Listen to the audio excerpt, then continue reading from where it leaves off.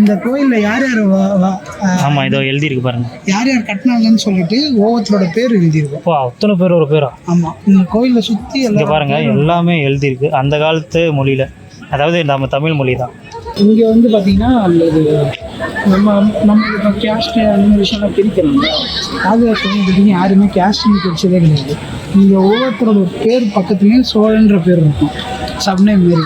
இப்போ எல்லாருமே சோழர்கள் தான். ஆமாம், இந்த கல் உடச்சவங்க பேர் பக்கத்தில் அவர் பேரை போட்டு சோழர் அப்படின்னு போட்டிருப்பாங்க. எல்லாருமே சோழர் அப்படின்னு சொல்லி எல்லாருமே ஒன்று அப்படின்னு சொல்லி சரிசமமான ட்ரீட் பண்ண ராஜாவில் வந்து ராஜராஜ சோழன் ஒருத்தர். மக்கள் வந்து சரிசமமாக ட்ரீட் பண்ணிடுவார். எல்லாம் நீங்கள் பார்த்தீங்கன்னா எல்லா இடத்துலையுமே நீங்கள் எழுதியிருக்கிற எல்லா பேர்லையுமே ராஜராஜ அந்த ஆளோட பேர் ப்ளஸ் பக்கத்தில் வந்து சோழர் அப்படின்னு சொல்லி எழுதியிருக்கோம். பொன்னியின் செல்வன் படத்துலேயே வந்து அவர் ஈக்குவலாக ட்ரீட் பண்ணுற மாதிரி அருள்மொழிவர்மனை காமிச்சிருப்பாங்க.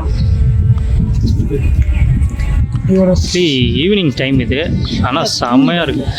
நீங்களும் வந்து தூங்கிடுங்க. இங்கே பாருங்கள், நீங்கள் வந்து ரிலாக்ஸ் பண்ணுறதுக்கான இடம் இது.